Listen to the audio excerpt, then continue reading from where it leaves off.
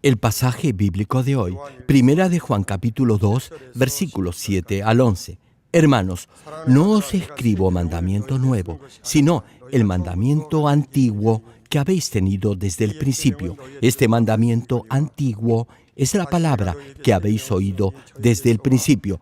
Sin embargo, os escribo un mandamiento nuevo que es verdadero en él y en vosotros, porque las tinieblas van pasando y la luz verdadera ya alumbra. El que dice que está en la luz y aborrece a su hermano está todavía en tinieblas. El que ama a su hermano permanece en la luz y en él no hay tropiezo, pero el que aborrece a su hermano está en tinieblas y anda en tinieblas y no sabe a dónde va, porque las tinieblas le han cegado los ojos. Amados hermanos en Cristo y estimado público, esta es la sexta prédica de la serie sobre la primera carta del apóstol Juan. En el último mensaje vimos el antiguo y el nuevo mandamiento que se mencionan en los versículos 7 y 8 del segundo capítulo de esta primera epístola. Ya sean los mandamientos en el Antiguo Testamento como en el Nuevo Testamento, el corazón de Dios implícito al dar estos estatutos ha sido invariablemente el amor.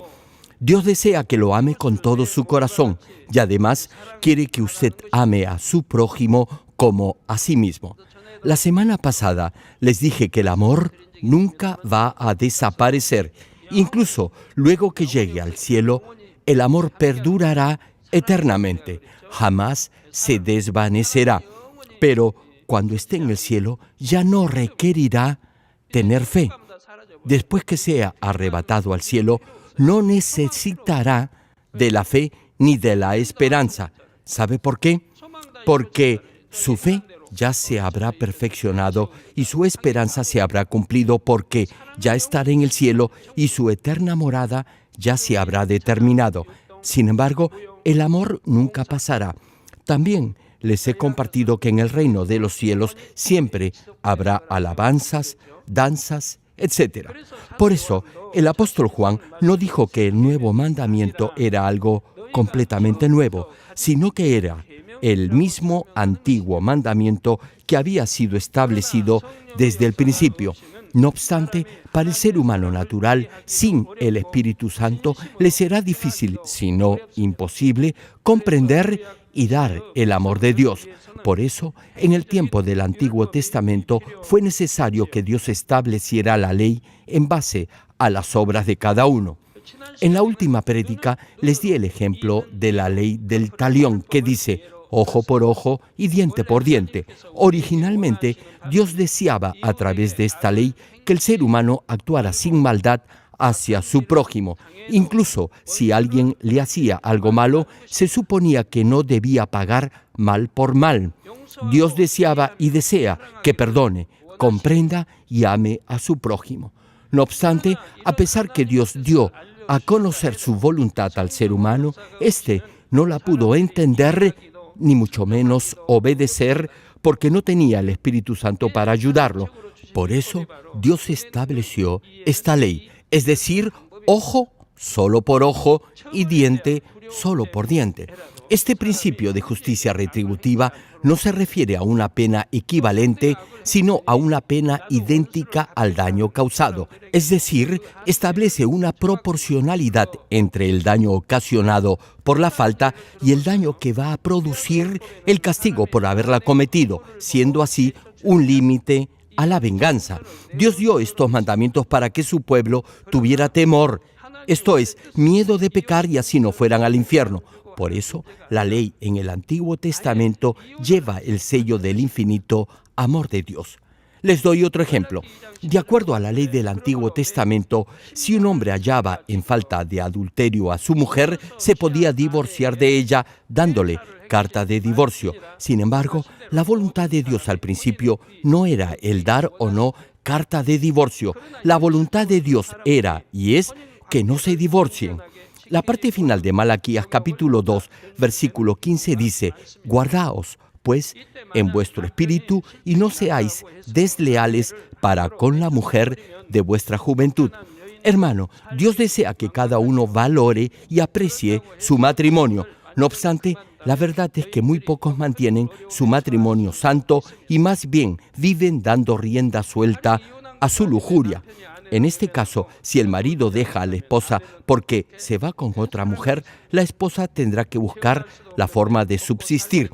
Ahora bien, si el divorcio estuviera estrictamente prohibido, la situación de la mujer abandonada sería más que complicada. Le pregunto, ¿qué pasaría si el esposo, a pesar de no estar divorciado, simplemente no apoyara económicamente a su cónyuge?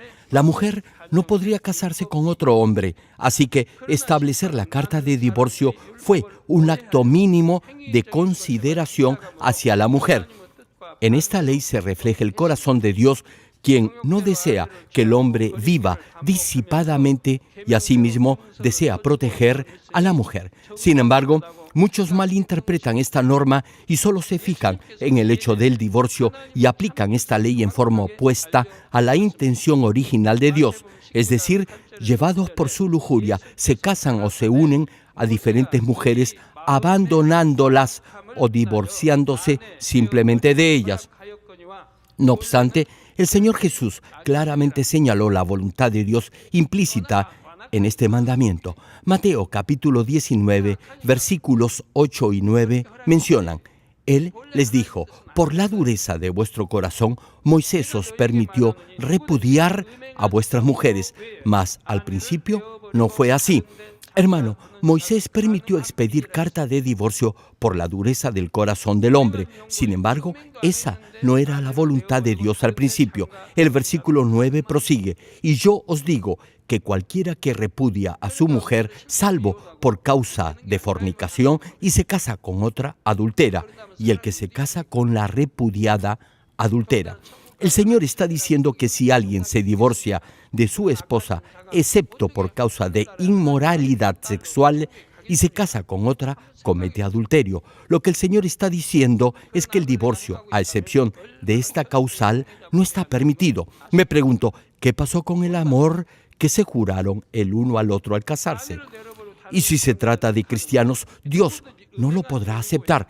Le pregunto, ¿podría alguien que hace esto llamarse hijo o hija de Dios? Hermano, si alguien se divorcia, deberá arrepentirse por ello a fin de ser salvo. El Señor dijo que si se vuelve a casar con otra mujer, a menos que sea por inmoralidad sexual, eso es cometer adulterio. Esta palabra implica que el hombre podría divorciarse de su mujer si ella comete adulterio. Es decir, solo en este caso estará permitido el divorcio.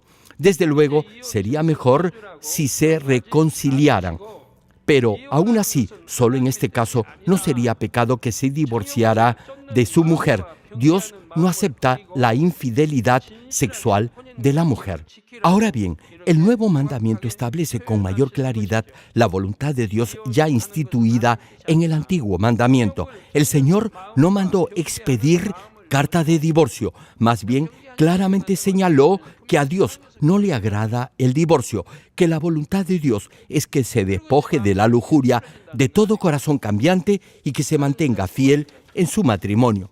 Hermano, la voluntad de Dios no es el divorcio. Lo que lo lleva al divorcio es la lascivia y el tener un corazón cambiante y una mente voluble. Dios tajantemente le manda despojarse de toda mente voluble y lo exhorta a ser fiel en su matrimonio. Hermano, como ya les mencioné, el nuevo mandamiento no es diferente ni opuesto al antiguo mandamiento. Pueden ver esto en el mismo hecho que Dios los estableció con amor y por amor al ser humano. Esto significa que el antiguo mandamiento no se debe dejar de lado, más bien se debe perfeccionar, es decir, aplicar con amor. La Biblia dice que ni la más pequeña letra ni una tilde pasarán de la ley. Lo que el antiguo mandamiento establecía se debía de cumplir en el tiempo del Antiguo Testamento. Sin embargo, a partir del Nuevo Testamento, el amor se tiene que aplicar a ese antiguo mandamiento. Ahora bien, Primera de Juan capítulo 2, versículo 8 señala: sin embargo, os escribo un mandamiento nuevo, que es verdadero en él y en vosotros, porque las tinieblas van pasando y la luz verdadera ya alumbra. Aquí cuando se menciona porque las tinieblas van pasando y la luz verdadera ya alumbra, significa que el Señor Jesucristo ya ha derrotado la autoridad que la muerte tenía sobre el ser humano. Cuando el Señor Jesús murió en la cruz y resucitó, derrotó la autoridad de la muerte. Los que creen en este hecho quedarán libres de la autoridad de la muerte y tendrán vida eterna. Podrán obedecer la palabra de Dios y caminar en la luz con el poder del Espíritu Santo. Y en la medida en que el Espíritu Santo los ayude, comprenderán más el corazón de Dios y su corazón será transformado por la verdad del Evangelio. Podrán obedecer los mandamientos al comprender el amor de Dios encerrado en cada uno de ellos. Por eso, Juan dice en este verso 8 que lo que está escribiendo es un mandamiento nuevo y que ya saben lo que significa, como también Cristo lo sabe. En otras palabras, no solo el Señor Jesús, quien hizo solo la voluntad de Dios, sino también los cristianos deberán obedecer la voluntad de Dios y aplicarla en su vida diaria.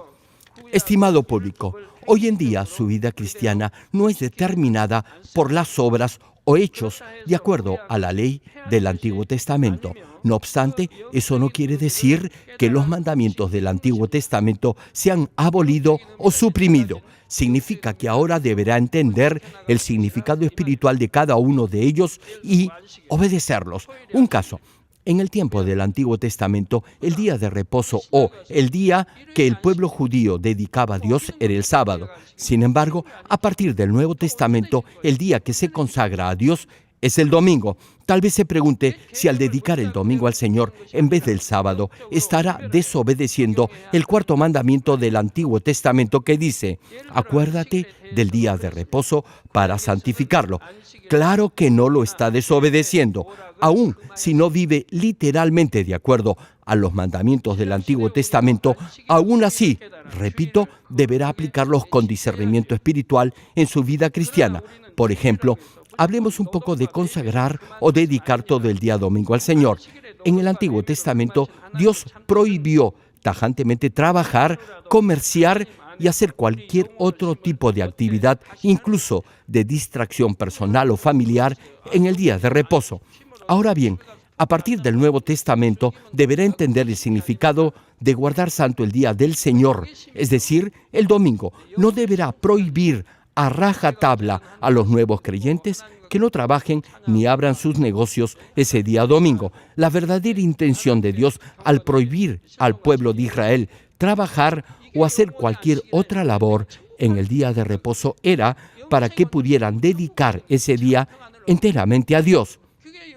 Quizás algunos podrían decir que para descansar sería mejor quedarse durmiendo todo ese día en casa o salir con la familia a distraerse sanamente. Ese es descanso solo físico, no es descanso espiritual. Su alma y su espíritu hallarán verdadero descanso cuando escuchan la palabra de Dios, cuando tienen comunión con el Todopoderoso, cuando alaban, oran y aprenden la voluntad del Señor, es decir, cuando adoran a Dios en espíritu y en verdad. ¿Saben por qué? Porque así llegará al cielo, así tendrá vida eterna y verdadera paz. Este es el verdadero descanso espiritual. Jesús dijo que el Hijo del Hombre es Señor del día de reposo y añadió que ese día se podían hacer buenas obras. Si usted viene al culto el día domingo usando transporte público, no estará haciendo ninguna transacción comercial. Ese gasto lo hace con un buen propósito porque es para venir a adorar a Dios el domingo en la iglesia. Es lo mismo si paga el hotel o come en restaurantes cuando sale en viaje misionero. En estos casos, Dios no lo prohíbe. Todo lo contrario, lo permite para que pueda llevar a cabo la obra de Dios en forma excelente, como no estará haciendo algo para su propio beneficio ni para su entretenimiento personal, no estará violando el día del Señor. Este mandamiento lo deberá aplicar dependiendo de la situación y también en función de su nivel de fe.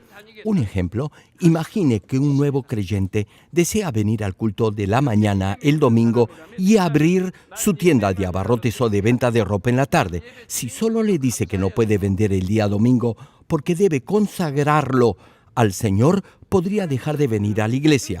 Para Los que aún no tienen suficiente fe, en estos casos, no deberá ser tropiezo y deberá dejarlo que venga solo al culto de la mañana el domingo, pero además deberá animarlo de buena manera a que dedique todo el domingo a Dios. Deberá compartirle su testimonio. Este proceso tal vez dure un mes o 6 meses o quizás un año. No obstante, deberá persistir y entender el nivel de fe de ese nuevo hermano. Por eso, los líderes deberán enseñar a los nuevos hermanos con paciencia, gentileza y amor para que puedan crecer en su nivel de fe y voluntariamente lleguen a dedicar todo el día domingo al Señor. Si los obliga a no trabajar o a cerrar su negocio el domingo, como no lo hacen con fe ni por fe, tendrán problemas en su economía. Entonces, lo más probable es que no quieran volver a la iglesia. Hermano, no se olvide que los mandamientos de Dios son para dar vida, es decir, para salvar almas, no para darles una carga más. No podrá obligar a un nuevo creyente a obedecer desde el inicio totalmente los mandamientos de Dios. Repito, al principio podrá venir solo al culto de la mañana el domingo. No obstante, usted, como hermano mayor en la fe, deberá continuar sembrando fe en ese nuevo hermano hasta que en forma voluntaria consagre todo el día domingo al Señor. Así llegará a darse cuenta que Dios lo protege y lo bendice porque le dedica todo el día domingo a Él. Luego podrá venir a la vigilia de los días viernes. También, en lo que se refiere al diezmo y a las ofrendas, jamás deberá forzar a alguien a darlo. Más bien, deberá enseñarles este mandato de Dios compartiéndoles su testimonio. Podrá decirle que si da el diezmo a Dios, Él lo podrá bendecir y podrá proteger su dinero. Hermano, Dios lo bendecirá solo por el hecho de dar el diezmo a Dios sin tomar en cuenta si lo hace con fe o no. Claro, es diferente con las ofrendas. Si ofrenda con fe por agradecimiento a Dios o por la construcción del nuevo santuario u otros motivos, Dios lo podrá bendecir 30, 60 y 100 veces más. Sin embargo, en el caso del diezmo, aun si diezma sin fe, Dios verá la acción y lo bendecirá. Aquí me estoy refiriendo al diezmo completo, tal como se menciona en Malaquías. En el caso de un nuevo creyente, deberá esperar a que crezca en su nivel de fe para que obedezca completamente los mandamientos de Dios con la ayuda del Espíritu Santo. Ahora bien, es cierto que Dios ve la intención del corazón de cada uno en sus hechos y actos. Incluso si 2 hermanos compran algo el domingo, uno de ellos podrá estar desobedeciendo el mandato de Dios de consagrar el domingo al Señor y el otro no. La diferencia la marcará la intención del corazón de cada uno y su nivel de fe. Por ejemplo, un nuevo creyente podría salir a cenar a un restaurante el domingo, pero un líder de la iglesia deberá preparar todo con anticipación antes del domingo. Si tiene fe, preparará todo con antelación.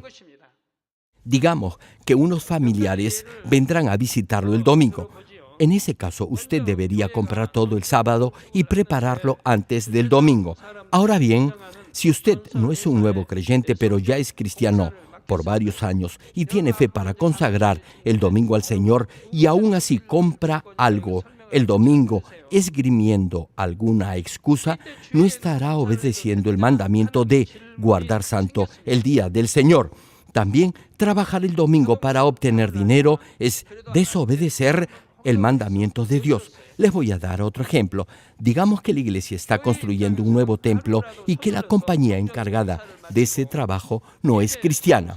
Como ya vamos a iniciar la construcción del santuario de Canaán, es importante que les comparta esto. Por favor, escuchen con atención. Supongamos que en este caso, los encargados de la compañía nos preguntan si podrían trabajar incluso los días domingos. Ahora bien, la iglesia precisa que la edificación del nuevo local finalice lo antes posible debido a que el actual templo es demasiado pequeño. Si la construcción tomara más tiempo porque no se trabaja los domingos, eso causaría dificultades a los miembros de la congregación. Además, cabe suponer que dado que los que trabajan en esta compañía no son cristianos, incluso si no trabajaran el domingo, tampoco irían a la iglesia. En esta clase de situación es permitido continuar la construcción del nuevo templo los domingos a fin que se culmine lo más rápidamente posible. Hermanos, lo mismo es con los miembros de las Fuerzas Armadas o policiales, o con los médicos y enfermeras. En estos casos, trabajar el día domingo estará permitido porque no lo harán para su propio beneficio, sino por una labor comunitaria de responsabilidad social o por su compromiso con la defensa de la nación.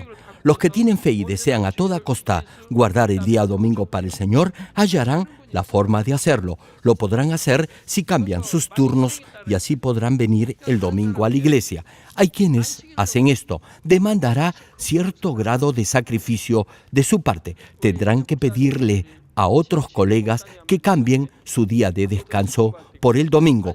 Uno de nuestros pastores de una iglesia filial hacía esto cuando prestaba servicio como policía en una prisión.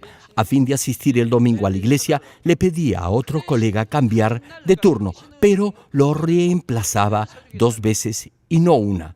Hermanos, los que no son cristianos aceptarán gustosamente esta clase de propuesta porque estará trabajando el doble por ellos. De esta forma, este hermano pudo dedicar todo el día domingo al Señor. Actualmente sirve como pastor en una de nuestras iglesias filiales. Asimismo, como Corea no es un país oficialmente cristiano, el día domingo, el gobierno central o municipal u otras instituciones educativas, sea universidades, colegios, etc., toman exámenes de ingreso o realizan otras actividades o eventos ese día. Esto, creo, no sería así en una nación cristiana. Sin embargo, en países no cristianos esto es permitido y no se puede evitar. Suponga que los que van a graduarse de abogados no se presentaran a dar su examen final o a sustentar su tesis porque la prueba ha sido programada un día domingo. Le pregunto, ¿acaso debería dejar pasar esa oportunidad y esperar un año más para graduarse? ¿Y qué pasaría si el año próximo la fecha para dar el examen también cae un domingo?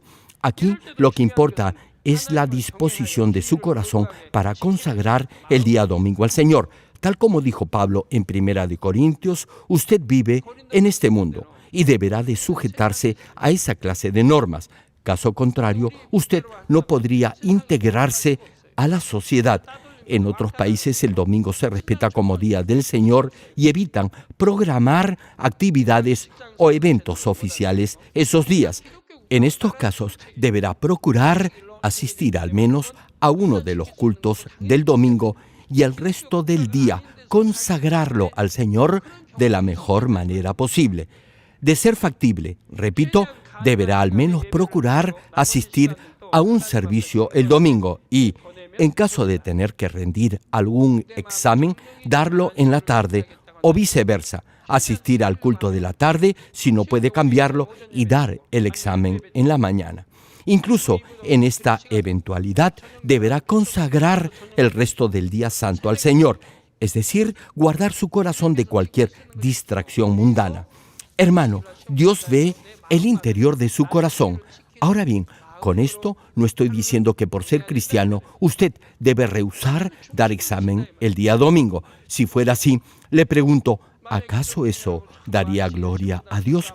No sería promovido en su empresa ni podría conseguir un buen empleo. Si usted como cristiano da examen el domingo y obtiene una calificación sobresaliente, con ese testimonio dará gloria a Dios. Ahora bien, si por estudiar para el examen usted solo viene a un culto el día domingo, eso querrá decir que no desea esforzarse por obedecer los mandamientos de Dios. Si deja de venir a la iglesia el domingo solo por su propio provecho o beneficio y trata de autojustificarse dando pretextos, eso significa que no respeta ni ama a Dios. Les voy a dar otro ejemplo, y no se refiere a un mandamiento escrito en la Biblia, sino a las normas y reglas que hay en la iglesia. Por ejemplo, si usted hace uso de algún material de propiedad de la iglesia, deberá pedir el permiso correspondiente al hermano o hermana encargada de ese departamento, oficina o labor. La Iglesia no ha establecido estas normas para causar inconvenientes, sino para que todos se sometan a una autoridad y guarden una actitud de obediencia a Dios. Los que tienen esta actitud de respeto por lo que le pertenece a la Iglesia podrán tener alguna duda sobre lo que se debe hacer o no hacer. Por eso la Iglesia instauró ciertas reglas para que cada uno supiera qué cosa hacer en forma ordenada y armoniosa. Por ejemplo, si una hermana es parte del coro o del grupo de alabanza, deberá dedicarse principalmente a ese ministerio y no inmiscuirse en otras labores, porque eso podría estorbar o impedir la labor de otras hermanas. Hay hermanas que se quieren meter en todo. Eso no es así. Otra norma es que no deben dejar en la iglesia artículos personales como tuppers de comida o prendas de vestir. La iglesia es casa de Dios, casa de oración. No es un lugar para dejar cosas personales, sean Biblias u otros artículos. Lo que debe recordar es que todo lo que le pertenece a la iglesia, floreros, vasos, platos, etc., le pertenece a Dios y deberá tratarlos con ese cuidado. Hermano, si cuida las cosas de la iglesia con el amor que dice tenerle a Dios, no le será difícil obedecer sus mandamientos. Por el contrario, en la medida en que no tenga ese amor y cuidado al usar las cosas de la iglesia, le será gravoso y difícil obedecer los mandamientos de Dios. Espero que todos lleguen a amar a Dios con todo su corazón para que así no les sea difícil obedecer sus mandamientos. Ahora veamos los siguientes versículos 9 al 11. Primera de Juan, capítulo 2, versículos 9 al 11 dicen: el que dice que está en la luz y aborrece a su hermano, está todavía en tinieblas. El que ama a su hermano permanece en la luz y en él no hay tropiezo. Pero el que aborrece a su hermano está en tinieblas y anda en tinieblas y no sabe a dónde va, porque las tinieblas le han cegado los ojos. Hermano, Dios le dice que debe amar aún a sus enemigos. Sin embargo, hay algunos que odian incluso a sus hermanos en la fe. Aún entre los que sirven en la obra de Dios o vienen a la iglesia los domingos, hay quienes odian a sus cónyuges o familiares e incluso a sus hijos porque no los obedecen o porque no obtienen buenas calificaciones en el colegio. Incluso hay quienes se dicen cristianos y odian a sus hermanos en Cristo. Deberían perdonarlos y comprenderlos, pero no lo hacen. Les es más fácil odiarlos. El versículo antes mencionado dice que aquel que odia a otro cristiano vive en la oscuridad y no sabe a dónde va, porque la oscuridad lo ha dejado ciego.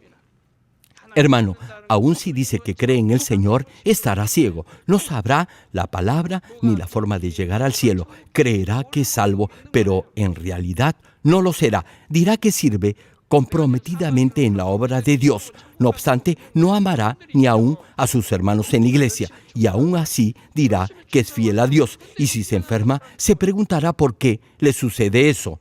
Y no podrá hallar la razón para arrepentirse. Creerá que es fiel a Dios porque ora todos los días, viene al culto el domingo y da su diezmo completo. Como ya les he mencionado, el corazón de Dios, tanto en el Antiguo como en el Nuevo Mandamiento, es el mismo. El mandamiento siempre se ha basado en el amor.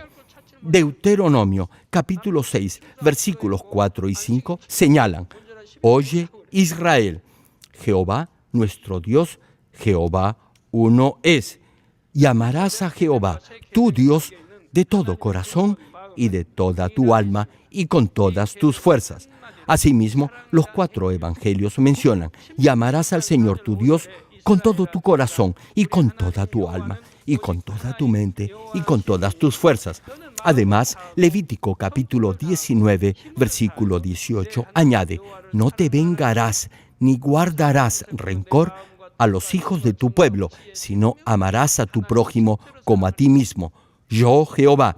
Y Marcos capítulo 12, versículos 29 al 31 también agregan: Jesús le respondió: el primer mandamiento de todos es: Oye, Israel, el Señor, nuestro Dios, el Señor uno es, y amarás al Señor tu Dios con todo tu corazón y con toda tu alma y con toda tu mente y con todas tus fuerzas. Este es el principal mandamiento. Y el segundo es semejante: amarás a tu prójimo como a ti mismo. No hay otro mandamiento mayor que estos. El segundo de estos dos importantes mandamientos es que deberá amar a su prójimo como a sí mismo. Y Romanos capítulo 13, versículo 10 añade: el amor no hace mal al prójimo. Así que el cumplimiento de la ley es el amor. Este pasaje quiere decir que si ama a Dios, obedecerá los mandamientos escritos en los 66 libros de la Biblia. No es difícil, ¿o sí? Si ama a Dios, obedecerá su palabra. Es fácil, ¿verdad? El pasaje menciona que el amor es el cumplimiento de la ley. Hermano, si alguien dice que ama a Dios con todo su corazón, con toda su alma y con toda su mente, le pregunto, ¿acaso no obedecería sus mandamientos? Claro que sí lo haría. ¿Sabe por qué? Porque precisamente ama a Dios, y por ese amor y con ese amor obedecerá la palabra de Dios. Dios dice en varias partes de la Biblia, incluyendo el Evangelio de Juan y en esta primera carta del apóstol, que la evidencia de amarlo es obedecer sus mandamientos. Y esto es para todos. Si ama a Dios, deberá obedecer sus mandamientos y no le será difícil hacerlo. ¿Cuántos lo creen? Deberá obedecer sus mandamientos con amor y por amor. Así no le será difícil hacerlo. Sin embargo, hay algunos que dicen que aman a Dios, pero no aman a su prójimo ni a su hermano o hermana en la fe. Como dicen que aman a Dios, vienen a los cultos el domingo y sirven al pastor o en algún ministerio en la iglesia. Hacen muchas cosas. No obstante, cuando tratan con otros hermanos, les tienen celos, envidia, murmuran, critican, discuten con los demás. Sí, hay hermanas que son así. Guardan toda clase de resentimiento, pero la realidad es que rehúsan ser humildes y hablan mal de los demás. No crea que Dios no las ve. Las juzgará por cada palabra que hayan dicho. En la iglesia parecen fieles. Sin embargo, en la medida en que no amen a su hermano, estarán incubando maldad y por tanto estarán pecando. Hermano, Satanás planta la naturaleza pecaminosa del odio en su corazón. Le pregunto, ¿acaso Dios lo va a perdonar de sus pecados si usted odia a sus hermanos? Claro que no. Tal como dice la oración modelo del Padre Nuestro, Dios no lo perdonará de sus pecados si usted no perdona a sus hermanos. Si no perdona las ofensas que sus hermanos le han hecho, Dios no podrá perdonarle sus pecados. Le dirá que primero usted perdone a su hermano. Envidia, celos, arrogancia, codicia, orgullo y otras cosas semejantes están relacionadas con la raíz del odio.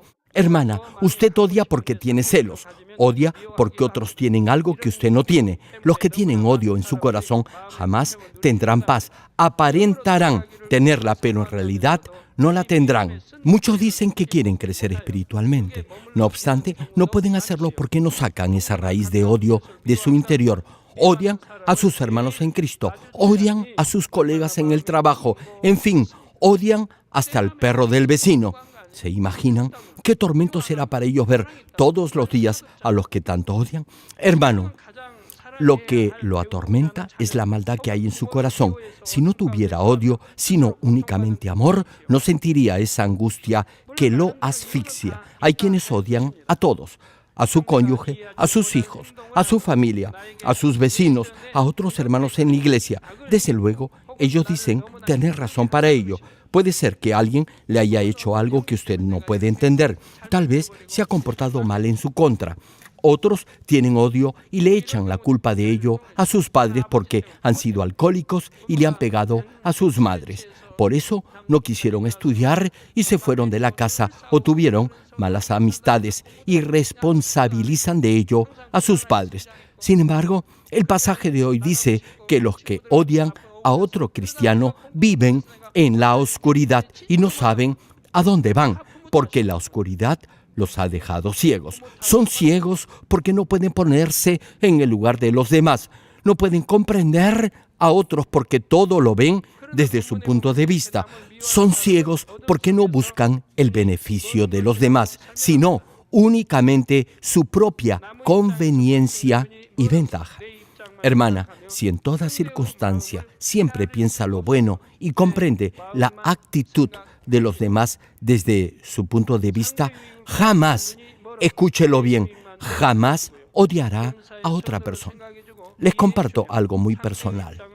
Antes de aceptar al Señor Jesucristo como mi Salvador, la familia de mi esposa me despreciaba debido a que siempre estaba enfermo. Lamento tener que mencionar algo que sucedió hace más de 37 años, pero creo que va a ser de bendición para ustedes.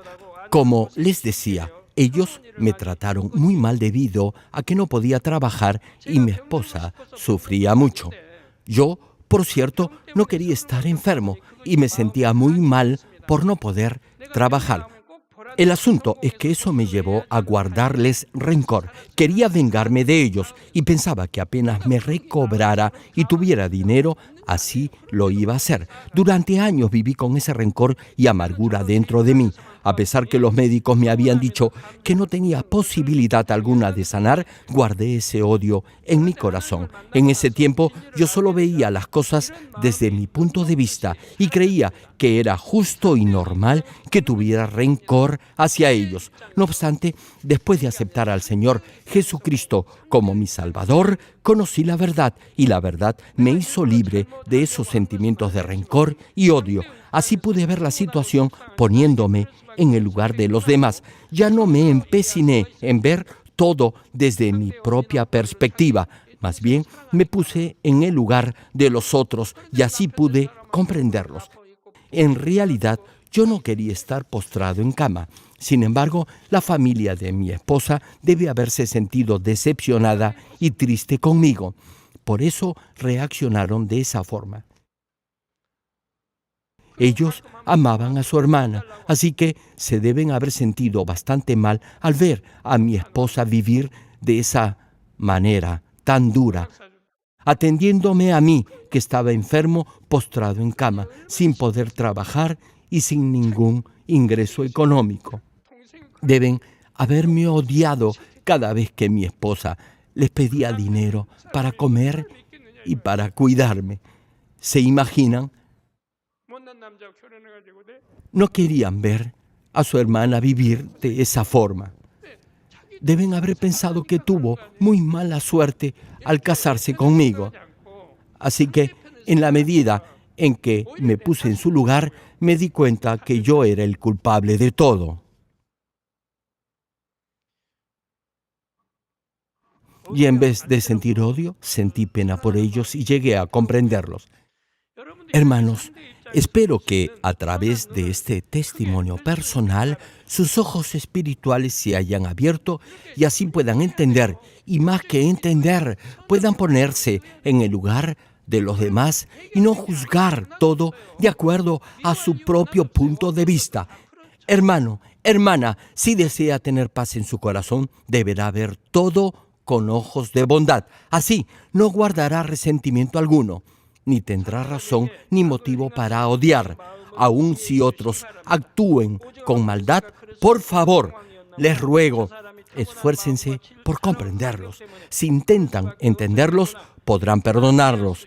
Tal vez esas personas guardan resentimiento por su extracción social, por haber vivido una niñez en pobreza, por haber sido maltratados, tal vez incluso hayan heredado esa maldad de sus progenitores. En fin, hay tantas cosas que usted no sabe de su prójimo. A veces, aun procediendo bien y con bondad, habrá otros que le devuelvan mal por bien. No obstante, los que guardan maldad y odio en su corazón sufrirán más. Si se pone en su lugar, podrá darse cuenta de la falsedad y la hipocresía en la que viven. A pesar de sonreír, no tendrán paz. Estarán atrapados en la red de su resentimiento. Medite en esto. Aun si otros actúan con maldad en su contra, será mejor tener misericordia de ellos que guardarles rencor. Es mi deseo que puedan amar, comprender, aceptar y servir a todos. Al hacerlo, cultivarán en su corazón íntegramente el amor del Señor Jesucristo.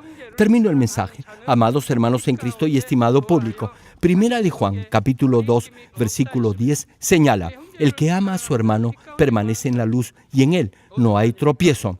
Hermano, aquel que cumple con esta condición podrá con toda confianza pedirle a Dios lo que desee. Si su corazón no lo condena, es decir, no desaprueba lo que usted hace, tendrá la confianza necesaria para pedirle a Dios lo que desea. Esto es lo que quiere decir en este pasaje, y en él no hay tropiezo. Si ama a su hermano y vive por la palabra de Dios, podrá decir con toda seguridad que ama a Dios, y al orar podrá pedirle con confianza lo que desea. Los que obedecen la palabra de Dios, es decir, los que caminan en la luz, agradarán al Padre Celestial y podrán pedirle todo lo que quieran, y Dios les concederá las peticiones de su corazón y prosperarán en todo lo que emprendan. Espero que todos lleguen a este nivel de confianza y de intimidad con Dios y que ninguno tenga tropiezo alguno en él. Oro en el nombre del Señor Jesucristo para que todos puedan dar testimonio que Dios ha respondido sus oraciones y los ha bendecido. Ahora oremos todos juntos en voz alta, meditando en la palabra de hoy. Aleluya. Padre, gracias por tu amor y misericordia. Te pido que la palabra que hoy he compartido se haga fe y vida en cada uno de tus hijos. Ayúdalos a entender lo que significa el perfecto amor con el que tú nos has amado y de esa manera puedan cultivar y dar esta clase de amor espiritual. Dales la fuerza necesaria para que puedan consagrarse a ti y ser verdaderos hijos tuyos que te amen primero a ti con todo su corazón, con toda su voluntad, con todas sus fuerzas y con toda su vida. Prospéralos financieramente y que tengan salud, que sus familias sean evangelizadas y lleguen a los pies del Señor Jesucristo, y haz que puedan derribar todo muro de pecado que los pueda separar de ti. En especial, Dios, oro por todos los jóvenes y jovencitas que puedan mantenerse santos y puros. Gracias, Padre. He orado en el nombre del Señor Jesucristo. Aleluya, Dios Todopoderoso de amor, pon tu mano sobre todos los hermanos y hermanas y sobre todos los miembros de nuestras iglesias en el mundo entero que están recibiendo con fe esta oración que trasciende el tiempo y el espacio a través del satélite, la televisión, el internet, o que le están escuchando por radio o por cintas de audio en todo el mundo. Pon fe en sus corazones para que puedan creer en ti y se despojen de todo pensamiento negativo y toda duda.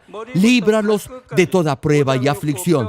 Quema con el fuego del Espíritu Santo de la cabeza a los pies toda parte enferma, incluyendo toda célula, tejido y nervio, todo órgano interno e intestinos.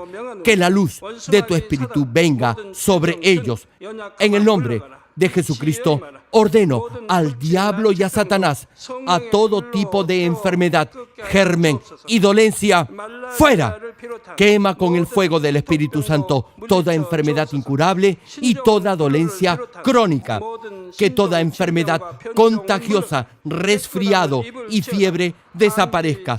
Protégelos de cualquier tipo de microbio, virus y bacteria. Sánalos de todo tipo de cáncer, incluyendo cáncer al estómago, al pulmón, al hígado, cáncer de mama, cáncer al útero, al intestino y toda otra enfermedad como el SIDA, leucemia, apoplejía cerebral, presión arterial alta y baja, enfermedades cardiovasculares y pulmonares, diabetes, enfermedades propias de la mujer, enfermedad a la tiroides y toda clase de inflamación. Quema con el fuego del Espíritu Santo toda polio, derrame cerebral, artritis y hernia. Que todo tipo de dolor de espalda, de cabeza y toda clase de neuralgia desaparezca. Líbralos de toda epilepsia, autismo, depresión, neurosis y enfermedades mentales y de toda clase de parálisis. Que los cojos y tullidos se levanten y caminen. Restaura la vista y el oído. Que los ciegos abran sus ojos, los sordos vuelvan a oír y que los mudos empiecen a hablar. Líbralos de todo tipo de accidente. Restaura los huesos rotos. Sana toda quemadura. Líbralos de toda adicción a las drogas. Regenera los nervios, tejidos y células muertas. Revive a los muertos. Bendice a los que no pueden tener hijos. En el nombre del Señor Jesucristo, ordeno al diablo y a Satanás, al príncipe de la potestad del aire y a toda fuerza del mal, ¡fuera! Todo espíritu maligno, inmundo, de engaño, espíritu de mentira, espíritu de división, de tentación y todo otro espíritu de iniquidad, ¡fuera! Ato a toda fuerza de la oscuridad y de maldad, y que la luz de tu espíritu descienda sobre ellos. Padre, fortalécelos para clamar en oración y dales poder para desechar todo pecado y llegar a la santidad. Que tengan salud, que sus almas prosperen y que sus familias sean evangelizadas y vengan al Señor. Protégelos de todo tipo de accidente y bendícelos para que tengan una vida de éxito y prosperen todo. Guarda y protege a todos tus hijos y sus hogares, centros de trabajo y negocios con el muro de fuego del Espíritu Santo, con tus huestes celestiales y tus ángeles y con tus ojos que son como llamas de fuego. Da a los estudiantes sabiduría y perseverancia y pon en sus corazones el anhelo de estudiar y progresar. Guarda sus corazones y pensamientos de todo lo mundano y siembra en ellos un ferviente amor por el Señor. Dios, bendice a tus hijos y que todo lo que hagan sea para gloria tuya. Gracias, Padre, por haber escuchado nuestra oración. Toda la gloria sea para ti. He orado en el nombre de nuestro Señor Jesucristo. 아멘.